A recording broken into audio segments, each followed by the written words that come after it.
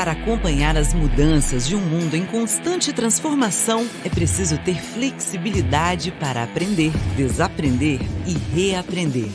Por isso, a nossa pós-graduação segue evoluindo, se reinventando. Nosso movimento de transformação através de uma educação disruptiva acompanha o ritmo e as necessidades do mundo do trabalho para formar profissionais capacitados, protagonistas e, principalmente, humanos. Pós-graduação Ânima.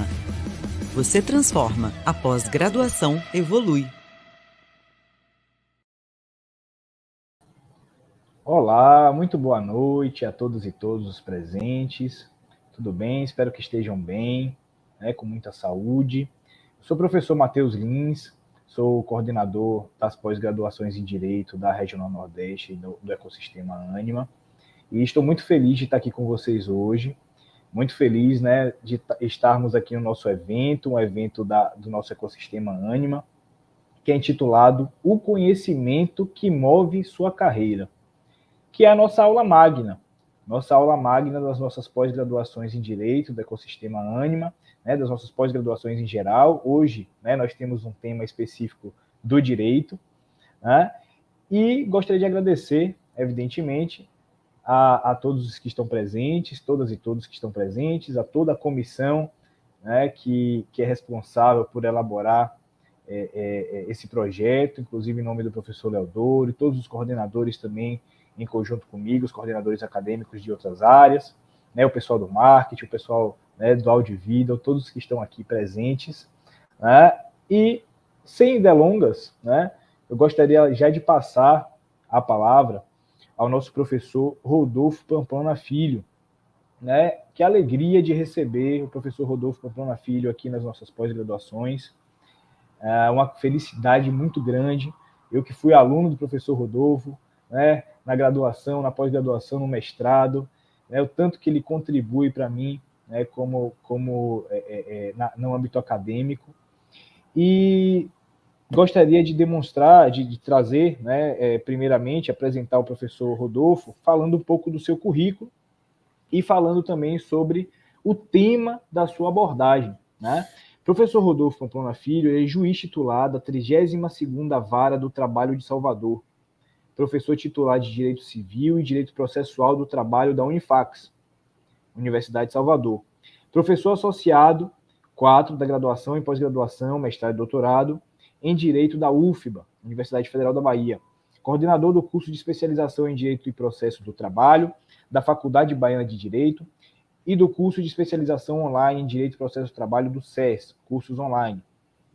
Professor Rodolfo também é mestre e doutor em Direito das Relações Sociais pela Pontifícia Universidade Católica de São Paulo, tem Master em Estudos em Direitos Sociais para Magistrados del Trabajo de Brasil pela UCLM, Universidade Castilla-La Mancha, Espanha, especialista em Direito Civil pela Fundação Faculdade de Direito da Bahia, membro da Academia Brasileira de Direito do Trabalho, tendo exercido sua presidência, Academia de Letras Jurídicas da Bahia, tendo exercido sua secretaria-geral, e atualmente exerce a presidência da Academia. Também membro do Instituto Baiano de Direito do Trabalho, Academia Brasileira de Direito Civil, ABDC, Instituto Brasileiro de Direito de Família também, o BDFAM, e Instituto Brasileiro de Direito Civil. O professor Rodolfo vai tratar, no nosso encontro de hoje, sobre o direito privado brasileiro com o advento da pandemia. Que felicidade, professor, de recebê-lo aqui, que honra de estar com o professor, que é tão importante para a comunidade jurídica, não só do estado da Bahia, mas também de forma nacional, e, digamos, internacional também, por toda a produção científica, todas as palestras que tem concedido. Então, eu só tenho a agradecer por ter aceitado o convite e estar aqui conosco, e passo a palavra ao professor Rodolfo Pamplona Filho, que certamente trará diversas reflexões e ponderações muito interessantes e aprofundadas sobre o direito brasileiro no aspecto pandêmico. Muito obrigado, professor Rodolfo, e a palavra está com o professor. Bem, meu querido Matheus, que bom, que satisfação estar aqui com vocês, ainda que virtualmente, participando deste momento, que é uma aula magna dos diversos cursos de pós-graduação da Ânimo, né? Nós estamos aqui numa uma aula magna polivalente, né? Porque ela serve para todos os cursos, diversas instituições da nossa universidade, né? Que está integrada, portanto, de norte a sul do país, e é uma satisfação muito grande estar aqui. E é uma satisfação muito grande também ser apresentado por você.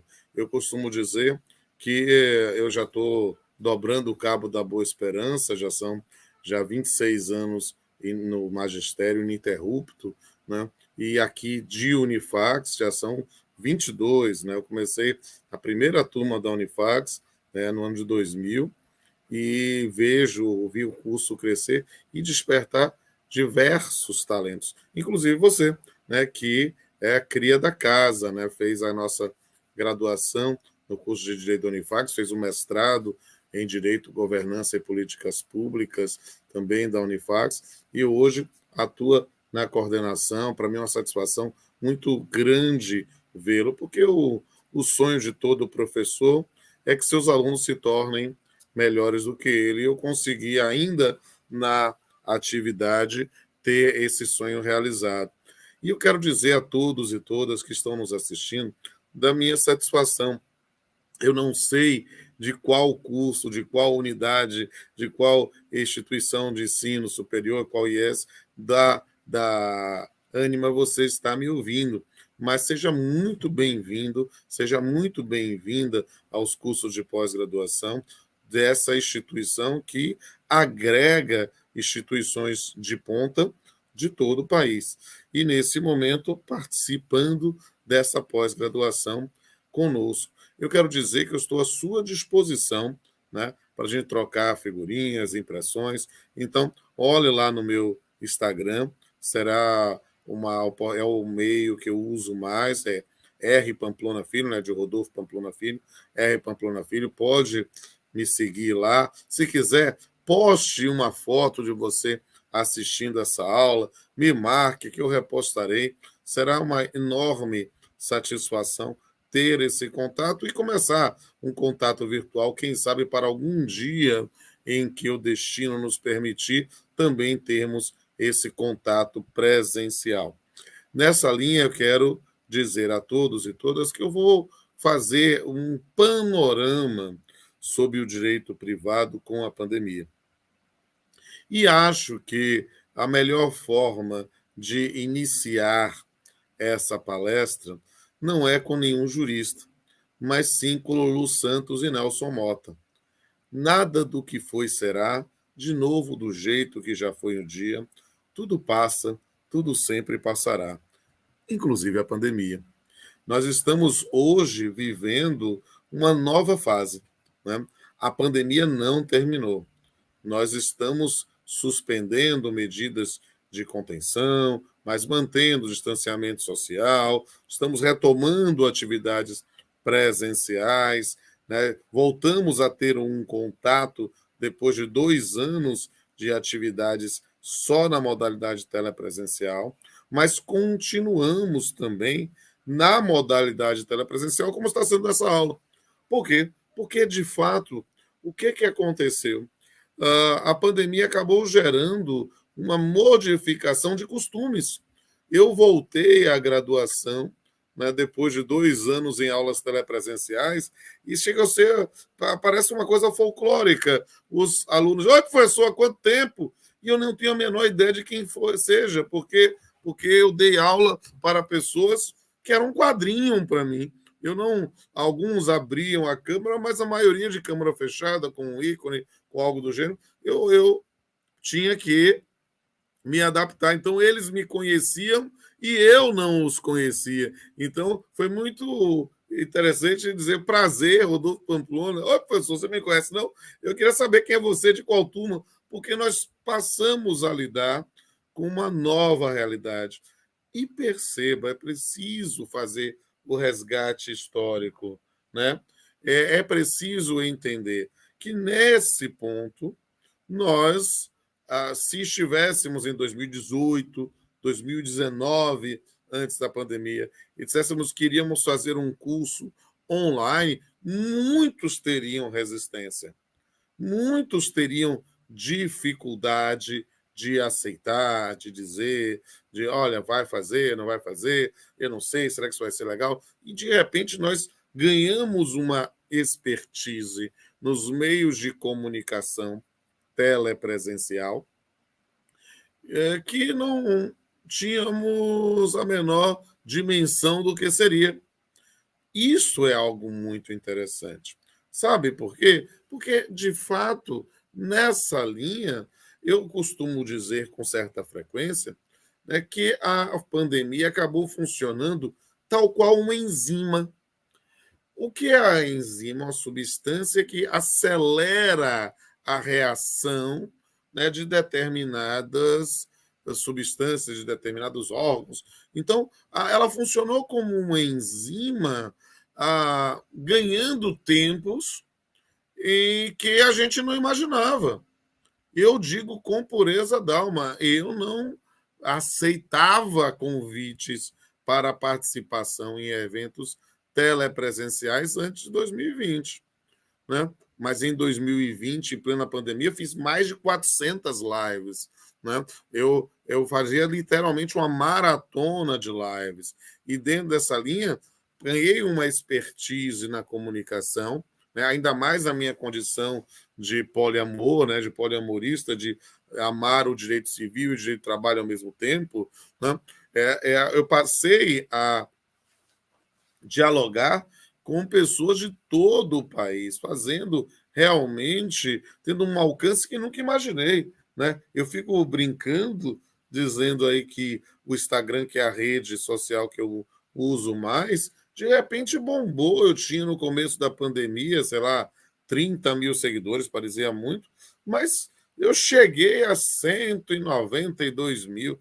Hoje caiu um pouco, né? A produção de hackers, e talvez o Instagram talvez esteja perdendo a força. Estou lá com 178, alguma coisa assim, mas é uma quantidade muito grande, porque eu não conheço tanta gente, né? As pessoas acabam me conhecendo e eu não sei quem são. É um fenômeno interessante da pandemia, porque a comunicação, a interação, a forma de lidar com o mundo mudou. Até eu costumo brincar na abertura das minhas lives, até a netiqueta, a etiqueta da net é diferente. Então, quando eu começo uma live, eu costumo dizer, olha, como anfitrião, eu preciso ficar falando. Para quê? Para que saia disparando a notícia de que eu entrei na live. Aí as pessoas possam entrar. A gente passou uma coisa que é diferente. A gente não liga mais para as pessoas.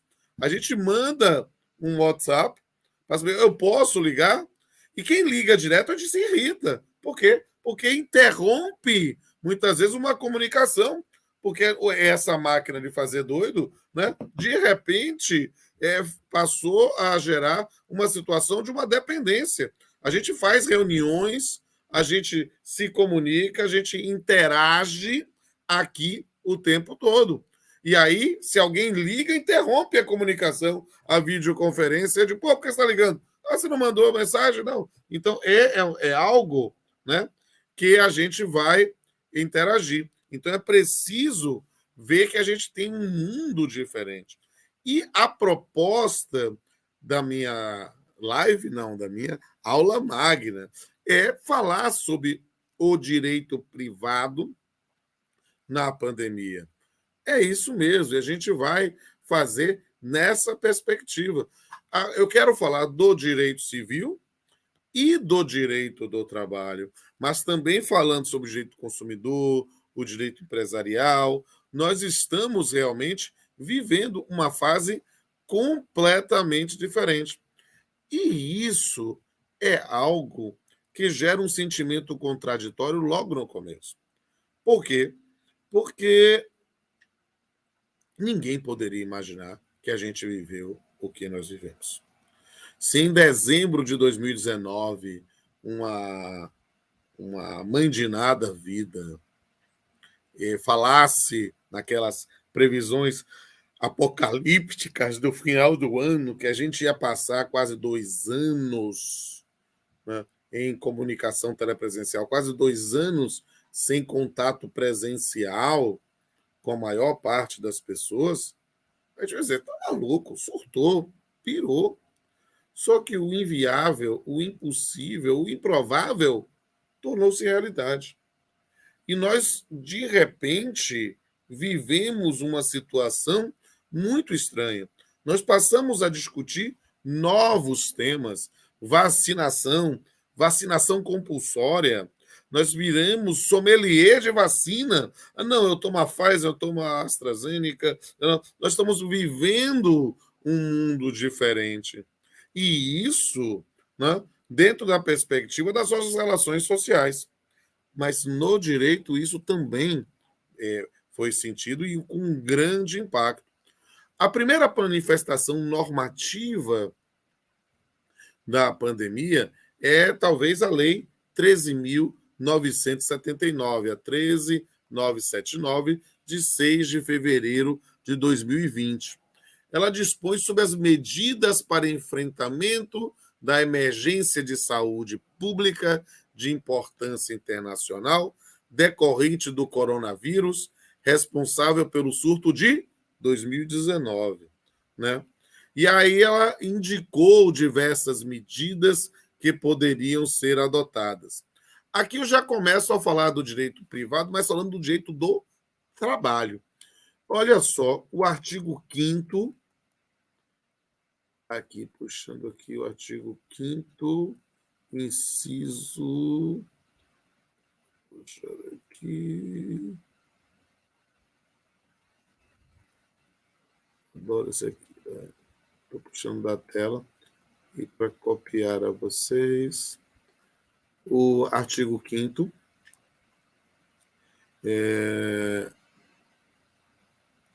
aqui, que te dizia lá, né, que a ausência ao serviço público, privado, deixa eu pensar, acho que é no artigo 3º, inciso, parágrafo 5º, talvez.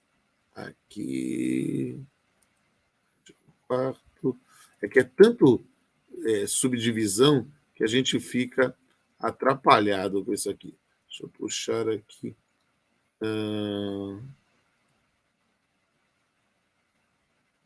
Entre dessas previsões aqui. Para o enfrentamento, né, do artigo 3º.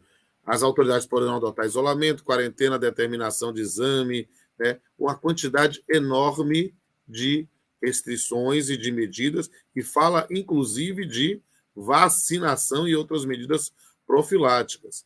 Isso aqui é algo interessantíssimo para a gente ver o que é que aconteceu nos últimos tempos, né, em que, de repente, as pessoas começaram a trabalhar, né, uma discussão se podia ou se não devia vacinar, e até hoje a gente tem dificuldade. O parágrafo 3º, né, do artigo 3º diz lá: será considerado falta justificada ao serviço público ou à atividade laboral privada o período de ausência decorrente das medidas previstas nesse artigo. Que medidas são essas? A noção de isolamento, quarentena, determinação de realização compulsória de exame médico, teste laboratorial, coleta de amostra, vacinação, ou seja, admitir uma realização compulsória de vacinação e tratamento médico específicos. Observe, meus amigos, que foi o mesmo governo que disse que não iria vacinar, mas disse que era possível, inclusive, vacinação compulsória, o que é algo que, na nossa tradição de liberdade, a nossa tradição de autodeterminação, nunca foi muito bem visto. E o governo, depois, no momento posterior, ficou trabalhando essa ideia. Mas note que a lei que o próprio governo fez, a Lei 13.979, disse que podia ter vacinação. Mas o que nos interessa é o parágrafo 3º do artigo 3º, que diz lá que a ausência seria considerada falta justificada. Só essa pequena menção da Lei 13.979 já fez com que os profissionais do direito do trabalho voltassem ao protagonismo. Desde a reforma trabalhista, a Lei 3467, né, de 2017, né, que trouxe uma modificação profunda na disciplina das relações de trabalho. Nunca se viu uma norma trabalhista tão contrária ao trabalhador. Né? Quando tivemos essa lei, né, o direito do trabalho pareceu meio escanteado, pareceu meio esquecido.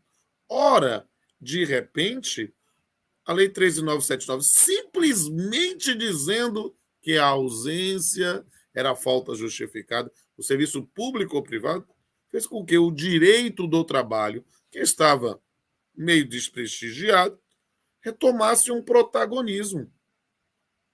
Sim, um protagonismo do qual nunca devia ter sido afastado, porque todos nós que atuamos na área trabalhista passamos a ter que explicar às pessoas a diferença de interrupção para suspensão, a ideia especificamente de quando é que pagava o empregador, quando é que pagava o INSS, tudo isso com uma única menção. E perceba que essa retomada de um protagonismo do direito do trabalho com a pandemia foi se aprofundando com os tempos pandêmicos. Nós ficávamos dizendo que era muito complicado ser militante na área trabalhista, considerando o direito do trabalho um campo do direito privado, como sempre considerei, né? Nós tínhamos uma situação muito peculiar. A gente dormia com uma norma, acordava com outra. A gente ficava o tempo todo vendo. Nós vivemos praticamente uma pandemia de medidas provisórias.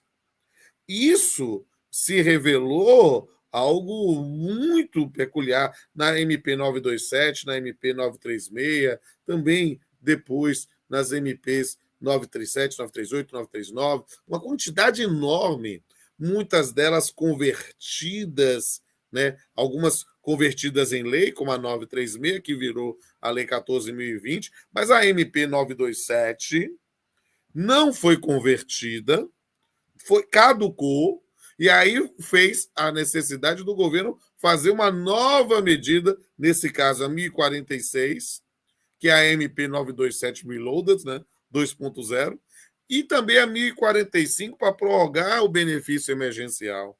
Né? E aí cria-se novas medidas provisórias, trazendo um monte de novidade para o direito privado.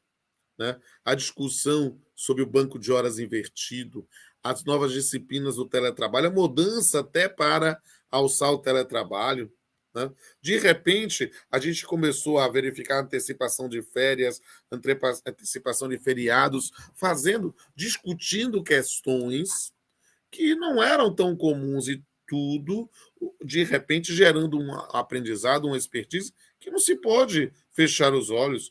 Ora, alguém mesmo que encerrou a pandemia hoje, ponto, todo mundo curado, todo mundo livre, o direito do trabalho não será o mesmo, porque a expertise do direito do trabalho fez com que no teletrabalho, por exemplo, que ganhou uma visibilidade com a pandemia e uma disciplina jurídica diferenciada com a MP 927, inicialmente, depois a MP 1046, e quando a gente pensa na Lei 14.151, que transferia todo o ônus por empregador em relação à gestante, né? Dizendo que ela tem de ficar em teletrabalho. Foi estranho que, nesse ponto, um governo com uma perspectiva autodeclarada de direita fez a norma mais protetiva dos trabalhadores nos últimos anos, né?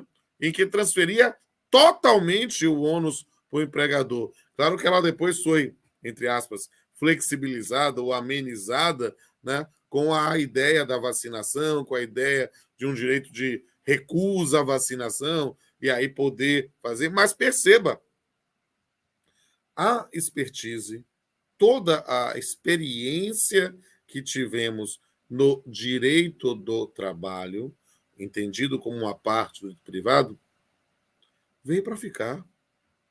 Alguém consegue imaginar que vai todo mundo voltar a trabalhar no presencial definitivamente? Eu não apostaria nisso.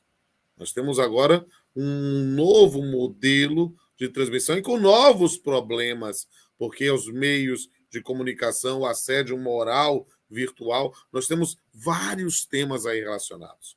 Mas a nossa palestra não é só sobre direito do trabalho, é sobre o direito privado como um todo. E nós precisamos destacar algo muito importante, que é o RJET, o Regime Jurídico Emergencial Transitório, né, que está esculpido na Lei 14.010, né, 14.010 de 10 de junho de 2020, que dispôs sobre o regime jurídico emergencial e transitório das relações jurídicas de direito privado no período da pandemia. É claro que ele foi otimista, achando que a pandemia ia terminar lá em outubro de 2020, lei do engano. Mas ela trouxe previsões de uma norma supostamente temporária, supostamente limitada no tempo, que acabam sendo aprendizados para o período posterior, ainda não encerrada a pandemia, e talvez um aprendizado para o resto da vida. Perceba, por exemplo, a questão da prescrição e decadência. O artigo 3º da Lei 14.010 declarou impedido ou suspenso o prazo desde a entrada em vigor da lei até 30 de outubro de 2020, né? Ou seja, já trazendo para uma regra de direito privado algo que serve para todo o direito privado brasileiro, inclusive para o trabalhista. Só que limitou a 30 de outubro, talvez, um exercício de profecia furado, né, de que a pandemia acabaria ali. Mas será que não é possível considerar a suspensão ou o impedimento da prescrição posteriormente a essa data, se demonstrado inequivocamente a impossibilidade do ajuizamento? Nós vivemos em um país continental, né? Os senhores e senhoras que estão assistindo nossa aula nesse momento têm a satisfação, o privilégio de se comunicar virtualmente. Mas nem todo mundo é assim. Nesses rincões desse país enorme, né, o acesso, a inclusão digital ainda não é uma realidade de todos e todas. Então, nessa situação, eu costumo dizer, as pessoas falam do PJE, do processo judicial eletrônico, mas esquecem que há em cantos desse país que o processo ainda é físico. E, nesse ponto, há quase uma negativa de prestação jurisdicional, né? Se você imaginar, está tudo prescrito nesse período. Então, parece-nos que a ideia de acesso à justiça deve ser ampliada. Outra questão interessantíssima, que foi objeto de outras medidas provisórias e anteriores e posteriores, é a questão das assembleias virtuais. Eu estou presidente da Academia de Letras Jurídicas da Bahia no meu 3º mandato, e a realização de audiências de assembleias virtuais tem sido um grande avanço. Eu tenho tido mais presença nessas reuniões virtuais do que eu tinha nas presenciais antes da pandemia, né? E na minha peculiaridade de presidente de uma academia de letras, em que eu tenho confrades com faixa etária de 70, 80, 90, para ele, muitas vezes assessorados pelos seus netos, para eles participar de uma assembleia pela via virtual, muitas vezes é a única forma de participar. Porque no mundo presencial anterior ele não saía de casa. Era uma dificuldade terrível do ponto de vista de acessibilidade. E hoje, com os meios de comunicação realizando esses atos dessa forma, parece-nos que temos um grande avanço. E esse avanço deve ser respaldado pela própria Assembleia, porque justamente para evitar problemas decorrentes da eventual insurreição daqueles que não foram para a Assembleia. Então, nós não podemos continuar numa relação jurídica imune aos avanços da tecnologia. Então, é preciso realmente ter em mente essa questão, né? Nesse ponto, é importante mencionar que essa noção de assembleia virtual, que estava lá, respaldada até 30 de outubro, já tivemos norma posterior, né? Ela é algo que é um grande avanço na ideia de acesso do cidadão aos seus próprios direitos materiais. É algo que nós temos que nos acostumar, e isso serve para mim também para assembleia de sindicato, assembleia de condomínio, assembleia de associações, em geral, de sociedades. É preciso ver. É claro que o mundo, né, passou por uma nova questão. Eu tinha uma dificuldade dando aula na graduação, né, muitas vezes, para falar da questão da cláusula rebus sic stantibus, né?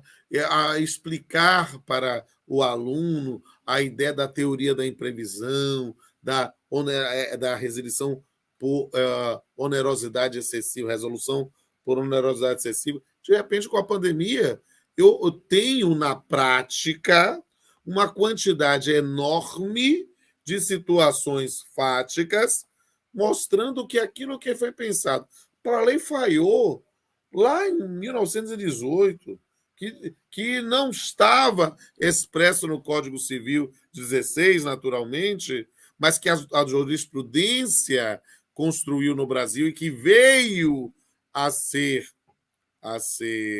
inserido no Código Civil de 2002, mas como situação para resolução por onerosidade excessiva, ou seja, extinção, de repente, com digamos, a experiência da disciplina jurídica das relações de consumo, e por isso a nossa perspectiva é na relação privada, nós ficamos absolutamente despudorados para falar em revisão contratual, mesmo sem previsão legal específica no Código, né? O Código constrói, seja na previsão do 478 a 480 do Código Civil, né? A ideia de resolução.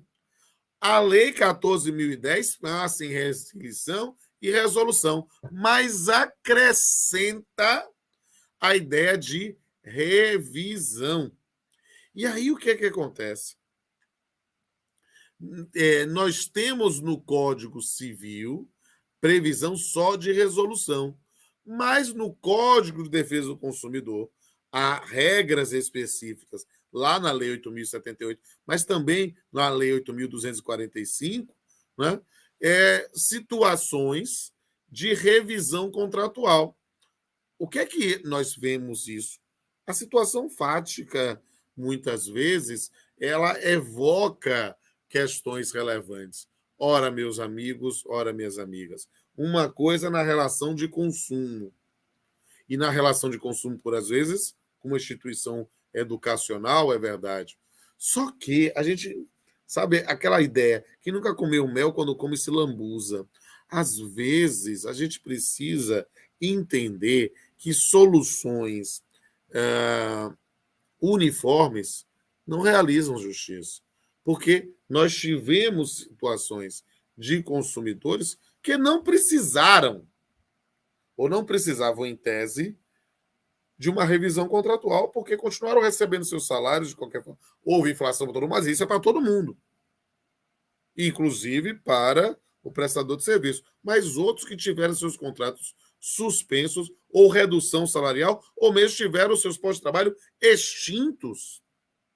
Então, a ideia de revisão contratual, a lógica é que seja feito individualmente, né? A gente falava isso em relação aos abadás. A gente precisa customizar o abadá, né? Eu que sou coroa, né? Mas na noção da customização da fantasia do carnaval, a gente tem que pensar na customização da utilização da teoria da imprevisão, para poder atender, faz. Então, eu confesso que eu me assusto quando eu vejo o Ministério Público se arvorando a defensor de todos e sem perceber que há peculiaridades. E aí a discussão, naturalmente, a coisa julgada nas relações coletivas não é igual a nas relações individuais, mas quando é procedente, e a situação do indivíduo é ainda mais grave, aquela procedência não adianta. Então, a gente tem que repensar essa estrutura. A mesma coisa em relação à suspensão do artigo 49 do CDC nas entregas delivery, pensando numa peculiaridade. A questão de não se conceder liminar para despejo, porque a lógica é fique em casa. O cara não pagou por uma determinada situação, liminarmente tirá-lo de casa não fazia sentido. Então, era mais uma construção que se impunha.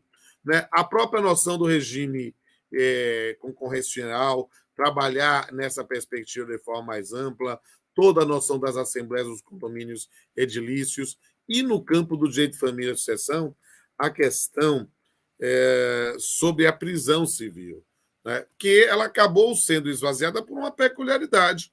Né? O indivíduo imaginar o recolhimento de alguém ao cárcere por não ter pago pensão alimentícia era algo que soava estranhíssimo, já que a ideia de não ter contato social. Só que mantê-lo em prisão domiciliar era algo que o indivíduo já estava, independentemente de determinação, ou pelo menos naqueles que buscavam preservar a sua saúde. Ora, acabou esvaziando. Então, às vezes, a emenda é pior do que o soneto. E a gente precisa efetivamente compreender essa questão com muito mais profundidade. E há muito mais a ser dito, mas como já está dando 19h46, perto das 19h50, eu vou aqui abrir a possibilidade de chamar lá o professor Matheus para que a gente possa ouvir aí da plateia se tem alguma dúvida, alguma questão específica sobre qualquer tópico do direito privado na pandemia. Porque é preciso entender que a experiência da pandemia não vai ser considerada algo isolado. Mesmo que retomemos a toda uma vida presencial, o que eu duvido, nós vamos ter aprendizados, dores de cabeça e novas soluções que passou-se a fazer em função da pandemia e agora no pós-pandemia com uma nova perspectiva. Enquanto o professor Matheus está voltando, eu digo, há algumas ideias que, para mim, são inevitáveis, independentemente da disciplina legal. Eu não tenho a menor sombra pálida de dúvida que a experiência das audiências virtuais, das assembleias virtuais, para qualquer modalidade de pessoa jurídica de direito privado, tornaram-se uma realidade que não dá para voltar mais. A parcimônia no que diz a questão aqui. Aqui vai colocar Matheus em tela, ótimo. Mas é importante ver que a gente não está com acesso ao chat, viu, gente? Então, pedir para que nos coloque aqui as perguntas ou as manifestações, porque eu não sei o que estão escrevendo lá no YouTube ou por onde você esteja nos assistindo. Mas eu quero dizer que, e se você tiver com muita vergonha de falar, aquele pudor, me siga lá no Instagram, que professor é professor pelo resto da vida. Então, a gente vai ter a oportunidade também de dialogar por lá. Para mim vai ser uma satisfação. Não esqueça de tirar uma foto, postar, marcar. Tira a foto agora, que o professor Matheus já está na tela, para melhorar aqui a juventude, a beleza nesse ponto, né? E a inteligência, naturalmente, dele. Né? E aí a gente poder debater. E há muitas outras questões, seja, como eu falei, das reuniões, das deliberações coletivas, seja também a parcimônia que se faz necessária nas medidas unilaterais numa situação de emergência, de pandemia ou despejo a prisão civil. Vai ser algo que, de repente, nós vamos repensar a necessidade de praticar atos que vão importar em segregação da pessoa e em aglomeração. Então, é algo que é uma compreensão da saúde pública que não poderá ser desprezada pelo magistrado. Mas, trazendo isso para o nosso dia a dia, talvez um repensar de 2 institutos. Prescrição, com a aplicação especificamente da ideia de accionata, mas na compreensão mais ampla, que eu não posso exigir ou reconhecer uma prescrição se há um óbice para o ajuizamento da postulação, e a questão também, além da ideia da prescrição, de uma nova receptividade das teorias referentes à cláusula rebus sic stantibus e teoria da imprevisão. Acho que nós ganhamos um aprendizado que vai servir para o direito civil, para o direito privado como um todo e para nossas vidas. Devolvo a palavra ao nosso estimado Matheus, ultrapassando somente 1 minuto do meu tempo reservado. Nossa, professor, muito obrigado pelas excelentes contribuições, reflexões. Como é bom ouvir o professor Rodolfo Pamplona Filho. Eu sei que todos aqui, ouvintes, estão pensando o mesmo que eu. Professor, infelizmente a gente não está com acesso às questões de interações, mas, de qualquer forma, pessoal, aqueles que estão nos ouvindo, por favor, podem entrar em contato com o professor Rodolfo Pamplona Filho nas redes sociais, tá? @rpamplonafilho, não é isso, prof? Isso mesmo. @rpamplonafilho, por favor, entre em contato com ele. Se quiserem falar comigo também, Matheus Lins Rocha, com H, tá? @Matheus Lins Rocha. A gente está lá para receber vocês, Vocês podem tirar as dúvidas, trazer as perguntas, continuar as discussões, professor? Relacionadas ao direito civil, relacionado ao direito do trabalho, ao direito privado como um todo, em tempos de pandemia, ou outros debates no âmbito do direito, Professor Rodolfo como ele já disse, ele é polivalente, traz diversas questões, diversas reflexões, e eu tenho certeza que a gente vai poder conversar mais nas redes sociais, e a gente vai poder também falar mais um pouco dessas reflexões e falar um pouco das nossas pós também, das nossas pós-graduações, do nosso ecossistema Ânima, de todas as nossas instituições relacionadas ao nosso ecossistema. Professor, eu agradeço muito pela aula, agradeço muito pelas reflexões, eu só tenho realmente a agradecer, e como é bom ouvir o professor Rodolfo Pamplona Filho, sempre a gente traz realmente essa perspectiva. Então, por favor, pessoal, sigam aí, tá aí aparecendo, @rpamplonafilho, tá certo? Rodolfo Pamplona Filho. Sigam aí os Instagrams da Ânima Educação, tá? O Instagram das instituições, todas as instituições ligadas à Ânima, certo? Sigam também o meu Instagram, Matheus Lins Rocha, com TH, Matheus Lins Rocha. E na próxima aula que eu der pela Ânima, eu vou levar uns livros meus para sortear. Já estão aqui atrás. Com certeza. Vamos combinar aqui, e quero que nesse mundo de novas interações, sejam virtuais, sejam presenciais, estamos numa instituição que abrange todo o país. Eu quero conhecer cada unidade da Ânima no país. Tô facinho, tô Sidney Magal. Me chama que eu vou mesmo. Vai ser um prazer conhecer cada um e cada uma no momento processual adequado. Com certeza, professor. Com certeza. E digo mesmo, Estamos aí vamos com certeza ficar muito felizes em poder conhecer as demais instituições, Somos aqui da Unifax, da Universidade de Salvador, mas vamos ficar muito felizes de poder aí aprender, verificar, analisar, estar com vocês, compartilhar do conhecimento, em outras instituições também no nosso país, que é tão rico no âmbito da cultura. Então, professor, muito obrigado pela participação, agradeço novamente, agradeço ao professor, agradeço a comissão que trouxe aí tantas a reuniões e trabalho, né, para a gente montar um evento, né, um evento tão importante, com a presença do professor e com os demais palestrantes que estarão nos próximos dias. Em nome do professor, né, agradeço ao professor Leodoro também, a todos os coordenadores de todas as outras áreas das coordenações da Regional Nordeste.